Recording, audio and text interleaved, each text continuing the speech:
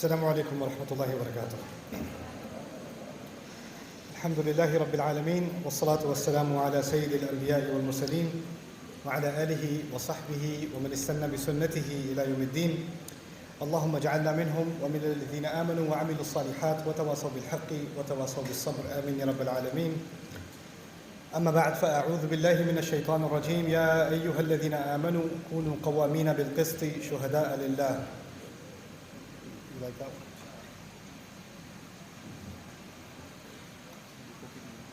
Okay. Oh, I'm not going to. Yeah, maybe we can all. Okay. No thanks.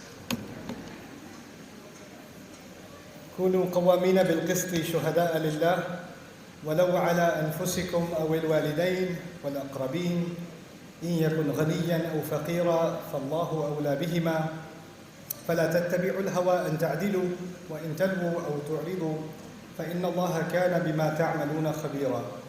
رب اشرح لي صدري ويسر لي أمري واحلل عقدة من لساني يفقهوا قولي. اللهم ثبتنا عند الموت بلا إله إلا الله. اللهم اجعلنا من الذين آمنوا وعملوا الصالحات وتواصوا بالحق وتواصوا بالصبر آمين رب العالمين. آج جو مختصر سی بات میں آپ کے سامنے رکھنا چاہ رہا ہوں وہ یہ ہے کہ میں نے جہاں جہاں جا کر بہت سارے لوگوں سے بات کی ہے، ان کے سوالات سنے ہیں، تو ایک چیز سامنے واضح آئی ہے کہ بہت سارے لوگوں کو آپ میں سے یہ احساس ہوتا ہے کہ آپ کا جو مسئلہ ہے وہ بہت ہی یونیک ہے اور ایسا مسئلہ کسی اور کا نہیں ہے. تو جب تک آپ پوری کہانی کسی کو نہیں سمجھا دو گے تو اس کا جواب آپ کو نہیں ملے گا. اور یہ بات ٹھیک ہے کہ آپ کی سچویشن یا کسی اور کی سچویشن میں زمین آسمان کا فرق ہوتا ہے. ہر ایک کے پیرنٹس ایک جیسے نہیں ہوتے، ہر ایک کی شادی ایک جیسی نہیں ہوتی، ہر ایک کے بہن بھائی ایک جیسے نہیں ہوتے، ہر ایک کے مسائل ایک جیسے نہیں ہوتے. اللہ تعالیٰ نے ہر انسان کی زندگی کا جو قصہ بنایا ہے اس نے جو لوگ ڈالے ہیں، اس کے اندر جو صلاحیت ڈالی، ان سب میں فرق ہے. تو ہر ایک کا معاملہ ایک طرح سے تو بالکل ہی منفرد ہوتا ہے. لیکن ایک بات جو سامنے آتی ہے کہ ہمیں اس بات کا خیال اتنا واضح نہیں ہے کہ قرآن نے زیادہ تر ہمیں کچھ قانون دیے ہیں، کچھ اصول دیے ہیں. وہ اصول اگر واقعی میں سمجھ آ جائیں تو ہزار مختلف سچویشنز سمجھ میں آ جاتی ہیں. یعنی سچویشن مختلف قسم کی بھی ہو، آپ کو کوئی ڈھونڈ کے کہیں مشکل سے کوئی حل نہیں نکالنا پڑے گا اگر یہ اصول ذہن میں سامنے رہیں. اور قرآن کے کئی مقامات پر اس طرح کے اصولوں کا ذکر ہے، اور ایک اصول اس آیت میں ہے جس کو میں آج تھوڑا سا بیان کرنے کی کوشش کروں گا. یہ آیت ہے 135 سورۃ النساء کی. اللہ تعالیٰ اس میں ہمیں انصاف کا حکم دے رہے ہیں. کہا ہے یا ایھا الذین آمنوا کونوا قوامین بالقسط شہداء للہ.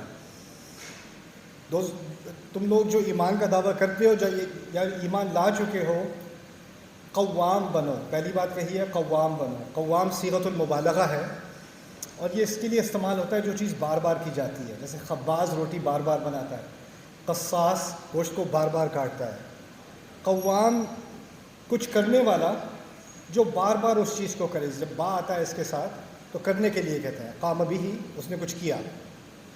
تو جو کچھ اللہ تعالیٰ ہمیں کرنے کو کہہ رہے ہیں یہاں پر وہ ایسی چیز ہے جو ایک دفعہ میں نہیں ہوتی، وہ بار بار کرنی پڑتی ہے. کل کی تھی تو آج دوبارہ کرنی پڑے گی، پرسوں دوبارہ کرنی پڑے گی. تو یہ پہلی چیز میں آپ کے ذہن میں ڈالنا چاہ رہا ہوں. اس کی طرف ہم واپس بعد میں آئیں گے اس درس کی طرف. جیسے جیسے اس آیت کے الفاظ کو ہم کھولتے جائیں گے اس بات کی طرف ہمیں واپس آنا پڑے گا کہ جس چیز کا اللہ ہمیں حکم دے رہا ہے وہ ریپیٹڈ ہے، وہ بار بار ہے، وہ ایک دفعہ میں حل نہیں ہوتی. کونوا قوامین، یہ نہیں کہا کونوا قائمین، کہا کونوا قوامین بالقسط شہداء للہ. قسط کا لفظ عام طور پہ ہم اردو میں انصاف کے لیے، عدل کے لیے، یہ الفاظ آپس میں ایک جیسے ہی معلوم ہوتے ہیں، لیکن قسط اصل میں عربی میں کہتے ہیں زیادتی سے بچنے کو. تو قاسط عربی میں زیادتی کرنے والے کو کہتے ہیں اور مقسط زیادتی سے ہٹنے والے کو کہتے ہیں، اسی لیے اس کو عادل کہا جاتا ہے. تو یہاں یہ نہیں کہا جا رہا کہ فیئر بات کریں، یہ کہا جا رہا ہے کہ آپ بہت احتیاط کریں کہ آپ سے زیادتی نہ ہو جائے. یعنی آپ کے ذہن میں عدل کم ہے، زیادتی زیادہ ہے اور زیادتی کا احساس ہے. تو اب آپ اپنی زندگی میں اللہ تعالیٰ کہہ رہے ہیں کونوا قوامین بالقسط، کہ بار بار دیکھا کرو ہر جگہ کہ زیادتی تو نہیں ہو رہی، زیادتی تو نہیں ہو رہی، زیادتی تو نہیں ہو رہی، اور جہاں ہو رہی ہو تو اس کے خلاف کھڑے ہو جاؤ، زیادتی نہ ہونے دو۔ اور اگر کل کھڑے ہوئے تھے تو اب میں نے تو جو کہنا تھا میں نے کہہ دیا، اب دوبارہ کیا کھڑا ہونا؟ کل دوبارہ یہی مسئلہ ہوگا، دوبارہ کھڑا ہونا پڑے گا، پھر دوبارہ کھڑا ہونا پڑے گا، پھر دوبارہ کھڑا ہونا پڑے گا۔ کونوا قوامین بالقسط۔ اب آگے ایک مزید اضافہ بھی کر دیا، شہداء للہ، اللہ کو گواہ مانتے ہوئے۔ اس کے بھی بہت سارے فوائد ہیں، ایک فائدے کا میں ذکر کر دوں، وہ یہ ہے کہ اصل میں جب ہم کوئی بات صحیح بات کرنے سے ڈرتے ہیں نا، جیسے میں عام سی مثال دیتا ہوں کیونکہ یہ تو اب ایک اصول کی بات ہو رہی ہے، لیکن ساتھ میں پریکٹیکل اگزامپل بھی ساتھ چلتی جائے تو بات سمجھ میں آ جاتی ہے۔ فرض کریں اسکول میں بچہ ہے اور اس کا کچھ اور بچے مذاق اڑا رہے ہیں، اس کو بلی کر رہے ہیں، اور میں بھی اس کلاس میں ہوں، میں دیکھ رہا ہوں کہ اس کا مذاق اڑایا جا رہا ہے۔ اب میرے دل میں خیال آتا ہے مجھے کچھ کہنا چاہیے، مجھے ان کو روکنا چاہیے، یا مجھے اس کا ہاتھ پکڑ کے اس کو کہیں اور لے جانا چاہیے، مجھے کچھ کرنا چاہیے۔ پھر مجھے خیال آتا ہے اگر میں کروں گا نا تو میری باری اگلی ہوگی، وہ ایک کی بجائے دو کا مذاق اڑانا شروع کر دیں گے، میرے پیچھے پڑ جائیں گے۔ میں خواہ کیوں اپنے مول مصیبت لوں؟ جو بیٹھے رہو، جو ہو رہا ہے ہوتا رہے، بعد میں اس کی جا کے تعزیت کر دینا، کوئی بات نہیں، میرے ساتھ بھی ہوتا تھا پچھلے سال، یہ کہہ دینا۔ ابھی بیچ میں مت پڑھو، ابھی بیچ میں پڑھو گے تو اپنے اوپر مصیبت آ جائے گی۔ اگر یہ آیت سمجھ میں آ رہی ہے تو اسی وقت کھڑا ہونا پڑے گا۔ اب بچوں کی مثال تو آسان ہے، میں ایک اور مزید کنٹروورشل مثال آپ کو دیتا ہوں، کیونکہ میں جو چیز آپ لوگوں سے سن رہا ہوں اسی کو سمجھنے کی کوشش کر رہا ہوں، اور یہ سوچنے کی کوشش کر رہا ہوں کہ اس کا حل ہم اکٹھے کیسے نکالیں۔ مجھے کچھ اسٹوڈنٹس نے آ کے بتایا کہ ان کی ایک یونیورسٹی میں لڑکے لڑکیاں سارے کلاس میں ہیں، اور جو ان کے پروفیسر ہیں وہ لڑکیوں سے بےہودہ باتیں کرتے ہیں، اور ان کی عادات جو ہیں وہ ڈسٹربنگ قسم کی، اور سارے لڑکے بہت ڈسٹرب ہوتے ہیں یہ دیکھ کے، لیکن انہیں کچھ کہنے سے ڈر لگتا ہے، کیونکہ اگر وہ کہیں گے تو جو منہ کھولے گا اس کو کالج سے نکال دیں گے، ان کے تعلقات ہیں آگے، وہ کسی کو کمپلین کر دیں گے یا اس کو فیل کر دیں گے، کچھ کر دیں گے۔ تو اب وہ بیچارہ لڑکا دیکھ رہا ہے کہ اس کی اسلام میں وہ اس کی بہنیں ہیں اور ان کے ساتھ ایسی حرکتیں ہو رہی ہیں اس کے سامنے، لیکن وہ کچھ کہہ نہیں سکتا، اس کے ہاتھ بندھے ہوئے ہیں۔ اور یہ بات ٹھیک ہے کہ اگر ایک انسان کھڑا ہو جائے تو لگے گا کہ کیا ہوگا اس کے ساتھ، کیا ہونے والا ہے اس کے ساتھ، میں تو نہیں کر سکتا۔ ایک اور خاتون مجھے ملی جو اپنے پروفیشن کے اندر، میڈیکل پروفیشن میں ہیں، ہاسپٹل میں کام کرتی ہیں، اور کہتی ہیں میرے سامنے جو کرپشن ہو رہی ہوتی ہے، اور مجھے کہا جا رہا تھا کہ یہ ایکوپمنٹ جو ہے یہ فالٹی ہے، اگر یہ استعمال ہوگا تو پیشنٹس کا نقصان ہوگا، لیکن یہ ہمیں ڈسکاؤنٹ پہ مل رہا ہے، اس کو آپ اپروو کر دیں، اور نہیں کریں گی، اگر نہیں کروں گی تو وہ مجھے کھا جائیں گے، میرا کریئر ختم کر دیں گے، میری زندگی برباد کر دیں گے۔ تو اب میں کیا کروں؟ میں قرآن بھی پڑھ رہی ہوں، میں دین بھی پڑھ رہی ہوں، اور ساتھ میں جب یہ زیادتی ہو رہی ہے تو مجھے چپ کر کے سائن کرنے پڑتے ہیں، میں کیا کر سکتی ہوں؟ تو اب ہم ایک ایسا کلچر بن چکے ہیں جس میں یا کلاس روم ہو، یا کھیل کا میدان ہو بچوں کا، یا آفس ہو، اور پھر ایک اور مثال بھی لے آتے ہیں، یا گھر کے اندر کچھ ہو رہا ہو۔ گھر کے اندر ہمیں تو سکھایا گیا ہے ماں کی عزت کرو، باپ کی عزت کرو، بڑوں کی عزت کرو، لیکن عزت سے مطلب یہ تو نہیں ہے کہ وہ جو چاہیں کریں، ایسا تو نہیں ہے۔ میرے فادر، جن کی میں بہت عزت کرتا ہوں، ان کو کبھی بھی الحمدللہ وہ ایسا کرتے نہیں ہیں، لیکن ان کو کبھی بھی یہ حق نہیں ہوگا کہ وہ میری ماں کی توہین کریں۔ اللہ نے انہیں حق، یہ حق تو اللہ نے انہیں دیا نہیں ہے۔ اگر وہ کر رہے ہیں، میری امی کو وہ ڈانٹ رہے ہیں یا گالیاں دے رہے ہیں، کچھ کر رہے ہیں، ایسی بات کر رہے ہیں، کسی کے فادر کر رہے ہیں، اور آپ کو نہیں، وبالوالدین احسانا، ہمیں خاموش رہنا چاہیے۔ بڑے ہیں، وہ کہیں گے تم کیا بدتمیز ہو گئی ہو، نافرمان ہو گئی ہو، یا نافرمان ہو گئے ہو، تم بیچ میں کچھ نہیں کہہ سکتے۔ تو ہمیں اب یہ فیصلہ کرنا ہوگا ایک قوم کے طور پہ کہ یا تو ہمیں کھڑے ہو جانا ہے، جو کچھ ہوتا ہے ہو، جو ہوتا ہے ہو، اور باقی سب کو نہیں دیکھنا، کیونکہ ہوتا یہ ہے کہ اگر میں کھڑا ہو بھی جاؤں کلاس میں اور کہوں یہ آپ نہیں کر سکتے، تو اور کوئی لڑکا کھڑا نہیں ہوگا، اور کسی کی ہمت نہیں ہونی، مارا میں ہی جاؤں گا، مجھے ہی ذبح کرنا ہے سب نے۔ جب یہ ذہنیت آپ کے اندر آ گئی نا، تو آپ سب لوگوں کو گواہ دیکھ رہے ہو، اللہ کو نہیں دیکھ رہے۔ یہاں کیا کہا ہے؟ کونوا قوامین بالقسط شہداء للہ۔ ایک گواہ کی ضرورت ہے آپ کو، وہ اللہ ہے، وہ دیکھ رہا ہے، بس میرے لیے یہ کافی ہے۔ اللہ پر ایمان جو ہے نا، اس کو ہم ایک روحانی چیز سمجھتے ہیں، نماز میں اللہ پر ایمان کی بات کا ذہن میں خیال ہوتا ہے، ذکر کر رہے تو ذہن میں خیال ہوتا ہے، ایسا کوئی لیکچر ہو رہا ہے تو اللہ کو یاد کیا جا رہا ہے، لیکن اللہ کو کالج میں بھی یاد کیا جاتا ہے، دکان میں بھی یاد کیا جاتا ہے، گھر میں جھگڑا ہو رہا تھا تب بھی یاد کیا جاتا ہے۔ اس وقت جب انسان پیچھے ہٹ جاتا ہے اور اللہ کو گواہ نہیں مانتا، اس وقت لوگوں کی گواہی کی اس کو زیادہ فکر ہو جاتی ہے، تو پھر یہ شہداء للہ کا حق ادا نہیں ہوا۔ اور پھر آگے کہہ دیا وَلَوْ عَلَىٰ أَنفُسِكُمْ، یہ سب سے مشکل مرحلہ ہے۔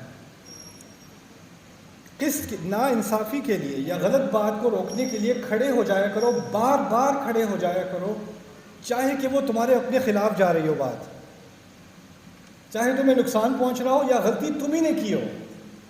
اگر میں نے کوئی غلطی کی ہے تو اس کی ذمہ داری بھی مجھے ہی لینی، یہ نہیں سوچنا کسی نے دیکھا تو نہیں، چلو خیر بچت ہو گئی۔ مجھے اپنے اوپر بھی ذمہ داری کرنی ہے، کیونکہ میں اپنا بھی مالک نہیں ہوں، میرا رب میرا مالک ہے، اور اس نے مجھے کہا ہے کسی اور نے دیکھا نہ ہو یا دیکھا ہو یا نہ دیکھا ہو، میں نے دیکھا ہے۔ وَلَوْ عَلَىٰ أَنفُسِكُمْ، اور پھر کیا اضافہ کیا أَوِ الْوَالِدَيْنِ، یا دونوں والدین کے خلاف بھی کھڑا ہونا پڑے، کھڑے ہو جاؤ۔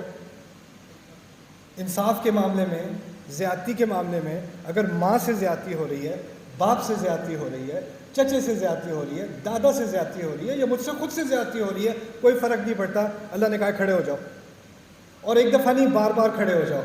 ایک دفعہ کھڑے ہو کے صحیح قسم کی مرچوں والی ڈانٹ پڑے گی نا، ایک آدھ تھپڑ بھی پڑ جائے گا تو ہوش ٹھکانے آ جائیں گے، پھر اگلی دفعہ وہی سین ہو رہا ہے تو خیال آئے گا اس دفعہ نہیں کھڑے ہونا، پہلی دفعہ بہت پڑ گئی تھی اب دوبارہ نہیں کرنا۔ اس کے جواب میں پہلے میں لے جاتا ہوں قوامین کا معنی کیا تھا؟ کسی چیز کو کیا کرنا؟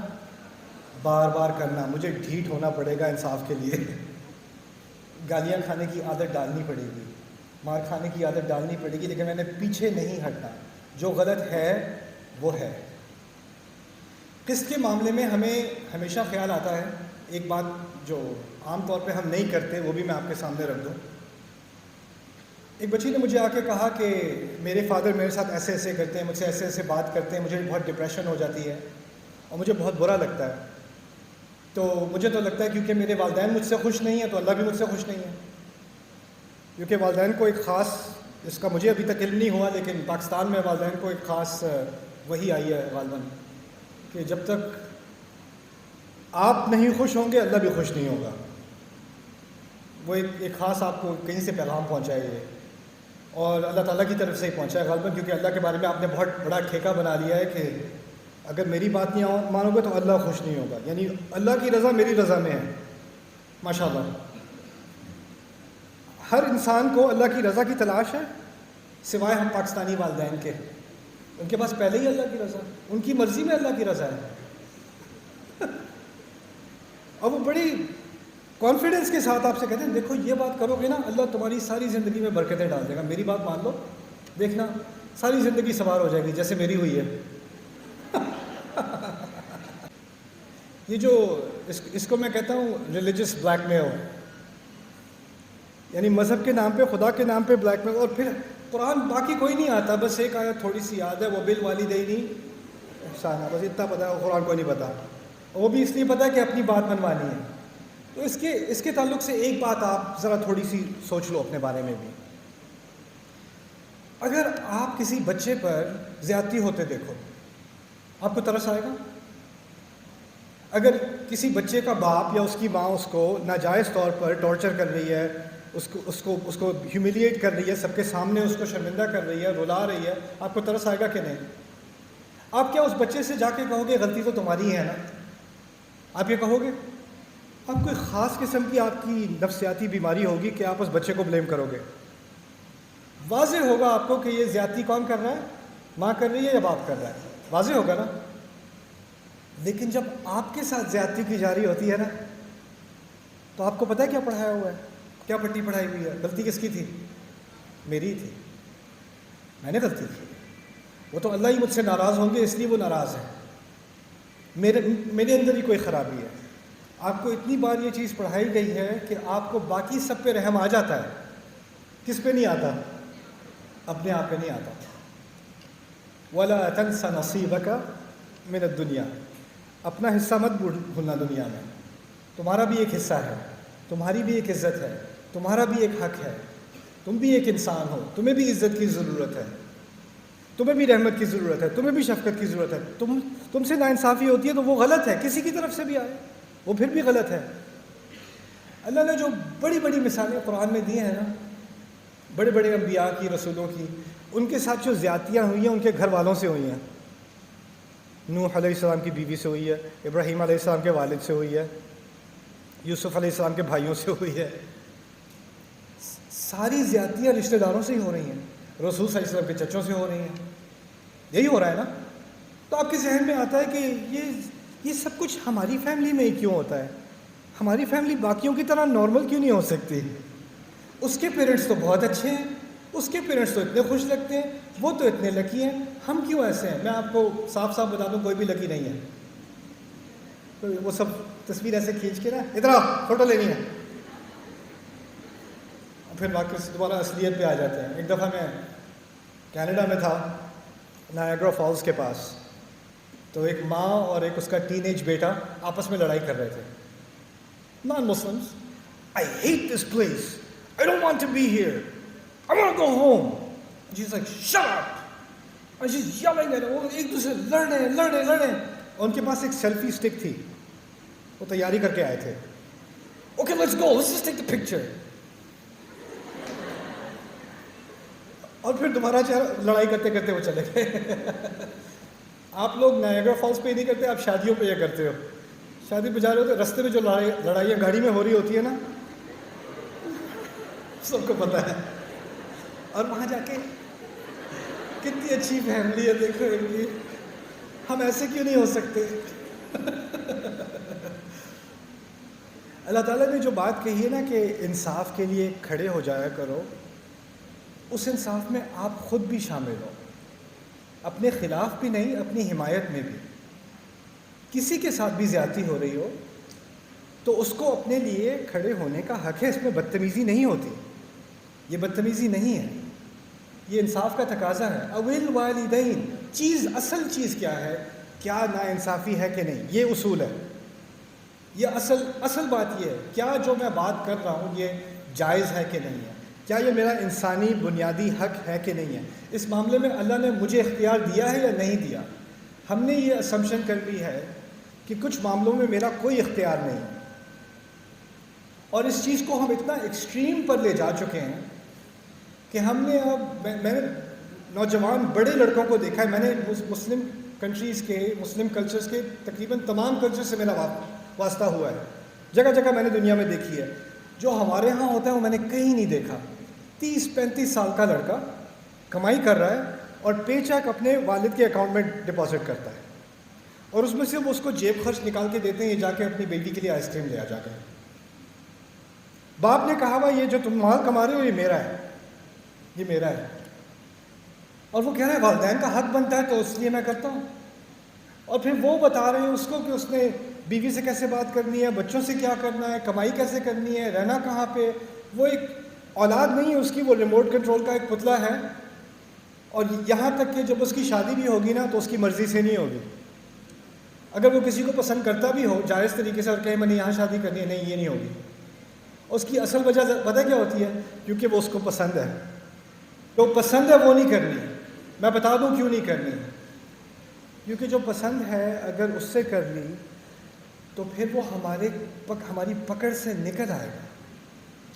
اگر ایسی جگہ شادی کرا دو جہاں اس کی پسند نہیں ہے تو وہ وہاں پہ مزریبل ہوگا.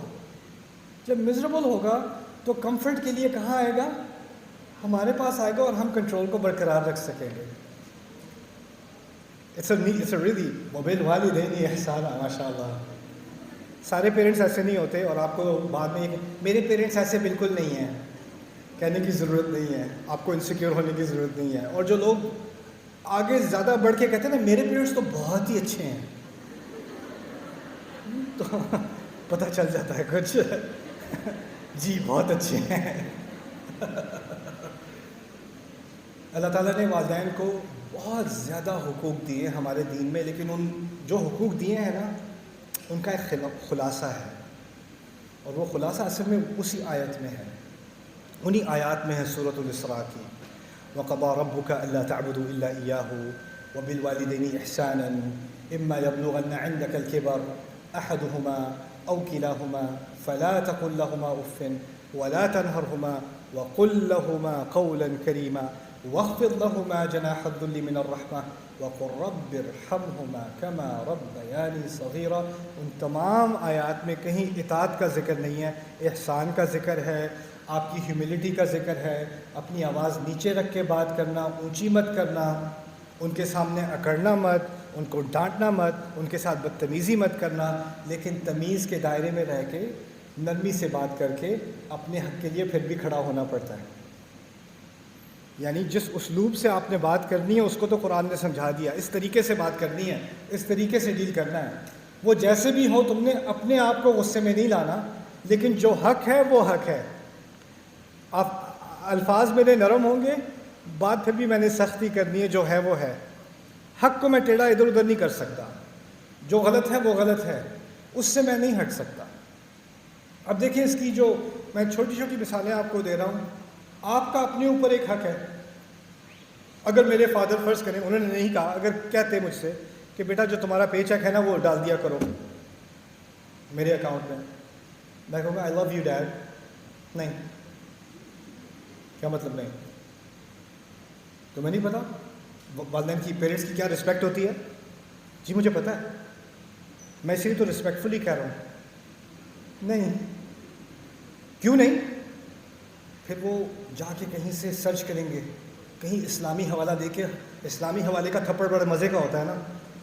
تو اسلام تو ہم صرف حوالہ دینے کے لیے، کسی اور کو گلٹ کرنے کے لیے، کسی کو شرمندہ کرنے کے لیے استعمال کرتے ہیں. اب وہ بالوالدین احسان چلا نہیں، کوئی اور مل جائے.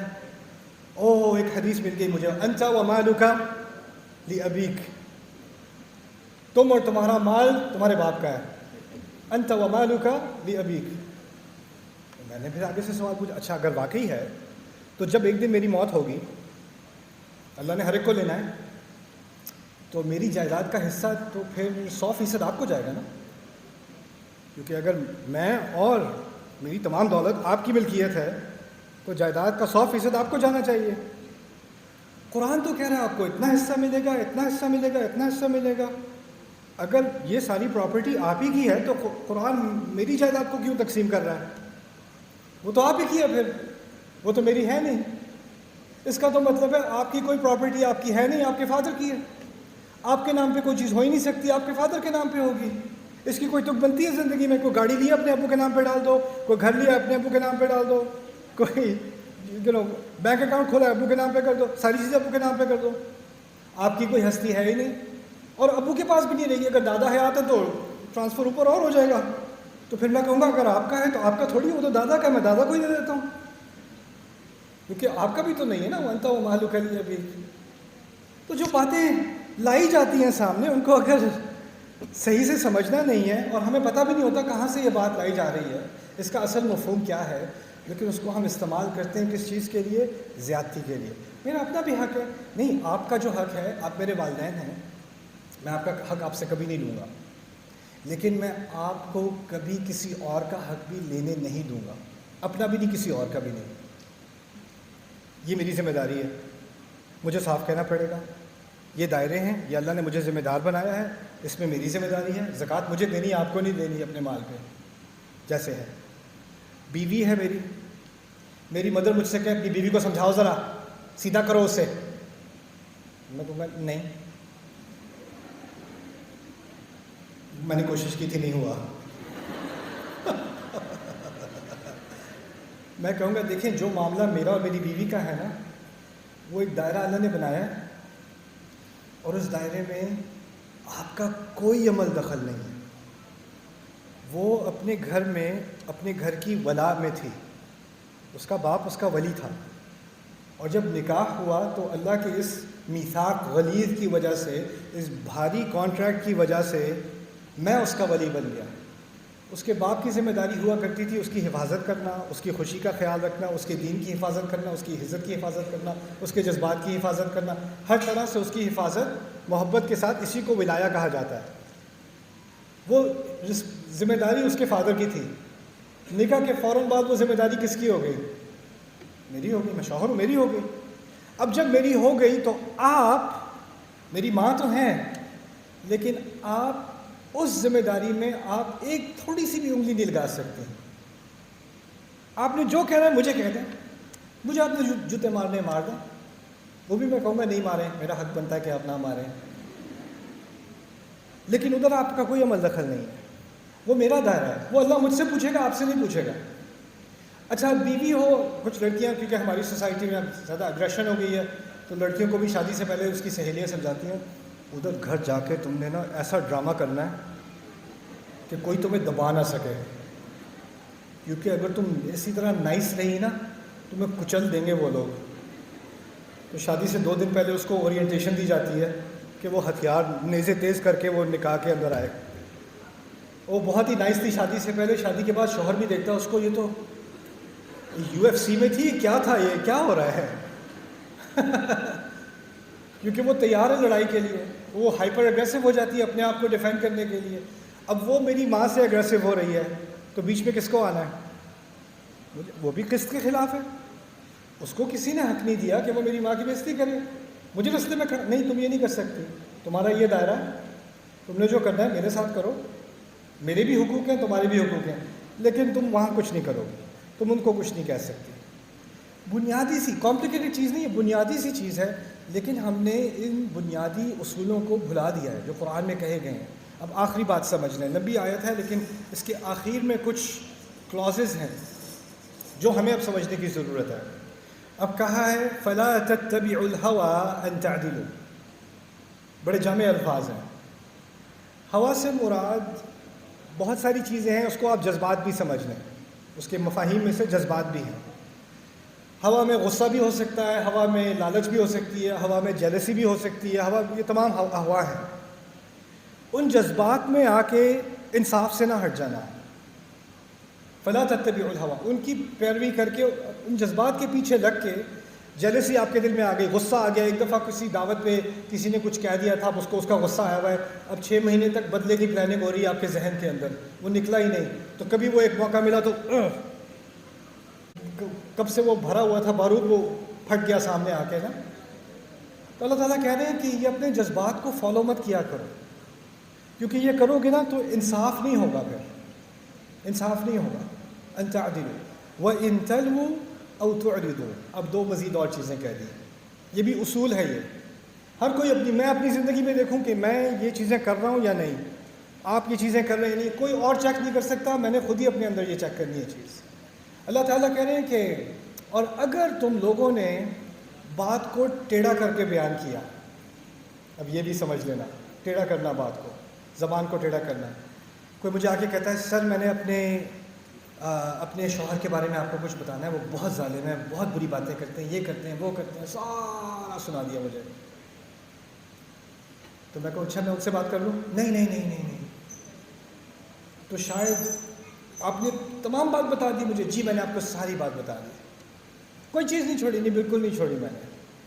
اچھا کیا یہ ممکن ہے کہ کوئی اپنی طرف سے تو پوری بات بتا دے اور جو اس میں سے 1% بھی بات ہو جو اس کے فیور کے خلاف جا رہی ہے وہ اس کو تھوڑا سا اسکپ کر دے؟ بچے آتے ہیں آپ کے, بھائی نے مجھے مارا, اتنی زور سے مارا. آپ پوچھو کیوں مارا؟ کیونکہ ہی ہیٹس می. نہیں مارا کیوں, ابھی کیوں مارا؟ کیونکہ وہ ایول ہے اس لیے. کیونکہ اگر تھوڑی زیادہ انویسٹیگیشن کی تو شاید پتہ چل جائے پہلے میں آدھے گھنٹے سے چھیڑ رہا تھا اور اس کے بعد تنگ آ کے اس نے پیچھے سے ایک دھکا دے دیا مجھے. یعنی آپ ہو سکتا ہے کہ اپنی کہانی جس میں آپ کے ساتھ زیادتی کی جا رہی ہے اس میں آپ صرف وہی باتیں رکھیں اپنے ذہن میں بھی اور کسی سے بات کرتے ہوئے بھی جس میں 100% جو کنکلوژن ہے وہ یہ ہو, جو نتیجہ ہے وہ یہ ہو کہ آپ مظلوم ہیں اور وہ ظالم ہیں. آپ نے تو کچھ غلط کیا ہی نہیں, آپ کے ساتھ زیادتی ہوتی ہے آپ بیچاروں کے ساتھ, باقی سب آپ کے پیچھے پتہ نہیں کیوں پڑے ہوئے. وہ انتل وہ بات کو ٹیڑھا کر کے بتانا, اس میں سے کوئی چیزیں اسکپ کر دینا, اپنی طرف بائس ہو جانا یا کسی اور کی طرف بائس ہو جانا, یہ ہے تلو او تعرضو. اور اس لہو کی اور مثالیں بھی ہیں. ایک اور مثال میں آپ کے ساتھ رکھ دوں جو ہمارے کلچر میں بہت زیادہ ہے. سائیکالوجی میں ہم اس چیز کو پڑھتے ہیں کہ جب آپ کے ساتھ کوئی بہت زیادہ زیادتی کر رہا ہو نا تو وہ ہمیشہ زیادتی نہیں کر سکتا, اس کو کچھ اچھی چیزیں بھی کرنی پڑتی ہیں بیچ بیچ میں. تو آپ کے ساتھ بہت زیادہ جیسے کوئی پیرنٹ ہے جو زیادتی کرتے ہیں, بہت زیادہ ہارشلی بات کرتے ہیں, وہ بری باتیں کریں گے پھر انڈا پراٹھا لا کے دے دیں گے, تم تو یہ ہو وہ ہو یہ ہو, پتی لگ رہی ہو کھانا کھا لو. تو وہ ایک نائس چیز پھر 100 خراب چیزیں, پھر ایک نائس چیز پھر 100 خراب چیزیں. میاں بیوی کا جھگڑا ہو رہا ہے, میاں نے اور طرح طرح کی باتیں سنا دیں, طرح طرح کی, اور وہ بیوی رو رہی ہے, وہ دروازہ مار کے چلا گیا باہر. 3 گھنٹے بعد آئس کریم لے کے واپس گھر آ گیا, میں تمہارے لیے لے کے آیا ہوں. یعنی زیادتی بھی ہوتی ہے اور پھر کچھ اچھا بھی ہوتا ہے. لیکن اس کا مقصد کیا ہوتا ہے کہ دیکھیں انسان کا نا, جب اس کے ساتھ زیادتی کرتے ہو تو اس کے صبر کا میٹر جو ہے وہ بھرتا چلا جا رہا ہے. وہ جب وہ پھٹنے کے قریب آ جاتا ہے نا, تو جو صبر کا امتحان لے رہا ہوتا ہے آپ کا, اس کو اندازہ ہو جاتا ہے کہ یہ پھٹنے والا ہے. تو اگر اس کو کل زیادتی دوبارہ کرنی ہے نا, تو اس کا ٹیمپریچر تھوڑا نیچے لانا پڑے گا. آئس کریم لے آؤ, تھوڑی ٹھنڈ پڑ جائے گی, پھر کل دوبارہ سے شروع کریں گے. پھر وہ پھٹنے لگے تو کیا کرے گا, دوبارہ آ کے آئس کریم نہیں ہوگی تو پھول ہوں گے, کچھ اور ہوگا, اور پھر وہ دوبارہ آرام سے پھر زیادتی کر سکیں گے, کیونکہ اس کی مائلیج پوری کرنی ہے نا. یہ نہیں ہے کہ بندہ بدل گیا ہے. ہوتا یہ کہ آئس کریم کھانے کے بعد بیوی کو بھی احساس ہوتا ہے آج تو یہ واقعی بدل گئے, میری قسمت بدل گئی ہے. وہ سو کے اٹھتی ہے تو وہ دوبارہ وہی پرانا والا بن جاتا ہے ایک دم سے. ہاں میں جا رہا ہوں, کہاں پہ, کال مت کرنا مجھے. یہ کیا ہوا, ابھی تو کل تو آئس کریم لے کے آئے تھے, وہ تو ختم بھی نہیں ہوئی ابھی, رائٹ. میں یہ کہنا چاہ رہا ہوں کہ آپ اب کیونکہ اس نے کچھ اچھا بھی کیا ہے, بیوی نے بھی کچھ اچھا کیا, برائیاں بہت کی ہیں, یا پیرنٹ نے کچھ اچھا کیا, برائیاں بھی, زیادتی بھی بہت کی ہے. تو جب حق بات کرنے کو آتی ہے تو کہتی نہیں وہ اتنے برے نہیں ہیں, وہ اچھی چیزیں بھی کرتے ہیں, پتہ ہے وہ بہت اچھے بھی ہیں. ہم مارتے ہیں, 1-2 دفعہ ہڈی ٹوٹی ہے, لیکن وہ پھر اس کے بعد ہسپتال بھی تو وہی لے کے گئے تھے نا, بل بھی تو انہوں نے ہی دیا تھا نا آخر. میرا تو انہوں نے وہ کاسٹ کے اوپر سگنیچر بھی کیا تھا, ہارٹ بھی بنایا تھا اس کے اوپر. آپ اپنے آپ سے جھوٹ بولنا شروع کر دیتے ہو, اپنے آپ کو آپ پٹی پڑھانی شروع کر دیتے ہو کہ جو زیادتی ہو رہی ہے وہ اتنی بری نہیں ہے, اتنا ایسا تھوڑی ہے. وہ اتنا اچھا آپ کے اوپر ہپنوسس کرتے ہیں, اتنا کنٹرول کرتے ہیں, سائیکولوجیکل کنٹرول کرتے ہیں کہ آپ اپنے آپ کو دھوکہ دینے میں ماہر بن جاتے ہو. وہ بھی تلو ہے, اور پھر چیزیں آپ کے سامنے ہو رہی ہیں, غلط کام ہو رہے ہیں, اور آپ اس کو چلو آپ سوچتے ہو نہیں میں نے کچھ نہیں دیکھا تھا لیکن کچھ نہیں دیکھا. فون پہ کچھ میسیجز دیکھ لیے اور ایسے نہیں ایسی کوئی بات نہیں ہے, کچھ نہیں ہوا. یا آپ کے ساتھ فرض کریں آپ کے جو باپ بیٹا ہے اس میں جھگڑا ہو رہا ہے, باپ نے کو بہت ہی بری بات کہہ دی, تو چھوٹا بیٹا آ کے ماں سے کہتا ہے ماما یا بابا نے یہ کہا تھا. نہیں کچھ نہیں کہا تھا انہوں نے, ایسے تمہارے کان خراب ہو گئے ہیں, کچھ نہیں کہا تھا. یہ کیا ہے, او تعرضوا, بات کو جان بوجھ کر اگنور کرنا, جیسے وہ ہوئی نہ ہو.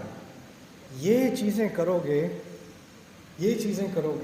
تو اس آیت میں جو اصول ہے اس کا تمہیں کوئی لحاظ نہیں ہے. ایک آیت ہے صرف, اس کو غور سے پڑھ لے انسان تو اس کو نظر آنا شروع ہو جائے کہاں کہاں میں کیا کیا زیادتیاں کر رہا ہوں, کیا کیا زیادتیاں ہوتے دیکھ رہا ہوں, اور پھر زبان کو ٹوسٹ کر کے اس کو موڑ توڑ کے ایسے بیان کرتا ہوں کہ کوئی زیادتی ہے ہی نہیں, یا اس کو پوری طرح اگنور کرتا ہوں, اس کے بارے میں بات ہی نہیں کرتا, چھیڑو ہی مت اس چیز کو. اور تعالیٰ آخر میں کہتے ہیں فَإِنَّ اللَّهَ كَانَ بِمَا تَعْمَلُونَ بَصِيرًا. پھر جان لو اللہ جو کچھ کرتے رہے ہو خبیرہ, اللہ جو کچھ کرتے رہے اس کے بارے میں اس کو مکمل خبر ہے. اس سے اگلی آیت میں ذرا آیات کا آپس میں ایک جوڑ ہوتا ہے. آخری بات میں آپ کے سامنے رکھ رہا ہوں, یا ایھا الذین آمنوا آمنوا باللہ ورسولہ والکتاب الذی نزل علی رسولہ.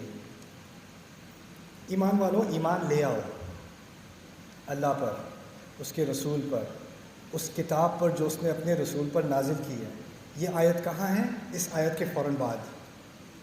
یعنی جو بات کہی جا رہی ہے نا ابھی وہ مان لو, یہ مانو گے تو یہ اس بات کا ثبوت ہوگا کہ تم میں واقعی ایمان ہے, واقعی ایمان لے آؤ.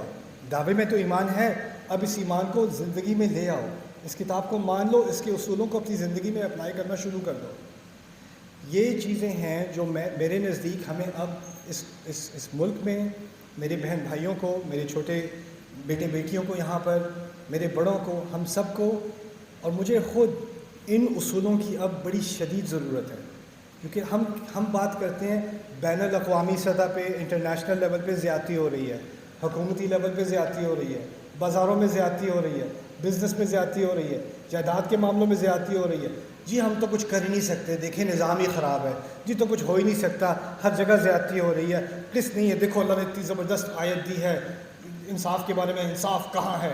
لیکن جن چیزوں میں آپ کا اپنا کنٹرول ہے، آپ کے اپنے لیونگ روم میں انصاف ہے، آپ کے گھر میں انصاف ہے، آپ کی فیملی میں جو باتیں ہو رہی ہیں ان میں انصاف ہے. جب وہاں نہیں ہوگا تو باہر کیسے جائے گا؟ بات تو گھر سے شروع ہوتی ہے نا. انسانیت فرد سے شروع ہوئی ہے، فرد کے بعد فیملی بنی ہے، فیملی کے بعد محلہ بنا ہے، محلے کے بعد سوسائٹی بنی ہے. تو اگر یہاں سے قسط شروع نہیں ہوگا نا تو وہ آخر تک کبھی بھی نہیں پہنچے گا. اور جس کو گھر میں ہی ٹریننگ دے دی گئی ہے کہ کوئی بری بات ہو رہی ہو تو آگے سے کچھ نہیں کہنا، وہ ایک دن آفس میں کام کرے گا، اس کے سامنے کچھ برا ہو رہا ہوگا تو اس کی تو پہلے سے ہی تربیت ہے، اس نے کچھ نہیں کہنا آگے سے. جس کے پاس طاقت ہے اس کے پاس خاموش کرنے کی طاقت ہے. میں آگے سے خاموش ہو جاؤں، مجھے تو یہی سکھایا گیا ہے. میرے ابا نے مجھے خاموش کیا تھا، میرے دادا نے مجھے خاموش کیا تھا، میرے چچا نے مجھے خاموش کیا تھا، اب میرے مینیجر مجھے خاموش کرتے ہیں، میرے ٹیچر مجھے خاموش کرتے ہیں، حکومت مجھے خاموش کرتی ہے، سارے خاموش کرتے ہیں. اور پھر غصہ جو آتا ہے وہ کہاں میں غصہ نکالوں؟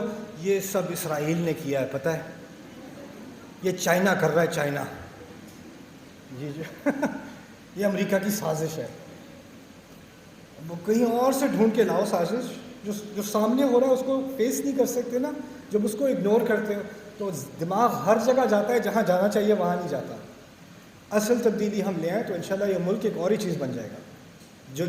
جو اس کے اندر پوٹینشیل ہے، جو اس کے اندر را پوٹینشیل ہے، جو اس کے نوجوانوں میں جو ذہانت ہے، جو ٹیلنٹ ہے، جو ان کے اندر ایک قابلیت ہے، وہ میں نے یہاں بھی دیکھی ہے، دنیا جہاں میں نے پاکستانیوں کو دیکھا ہے. لیکن جو چیز ہمیں پیچھے رکھے ہوئے ہے نا، ہم اصول والے لوگ نہیں رہے.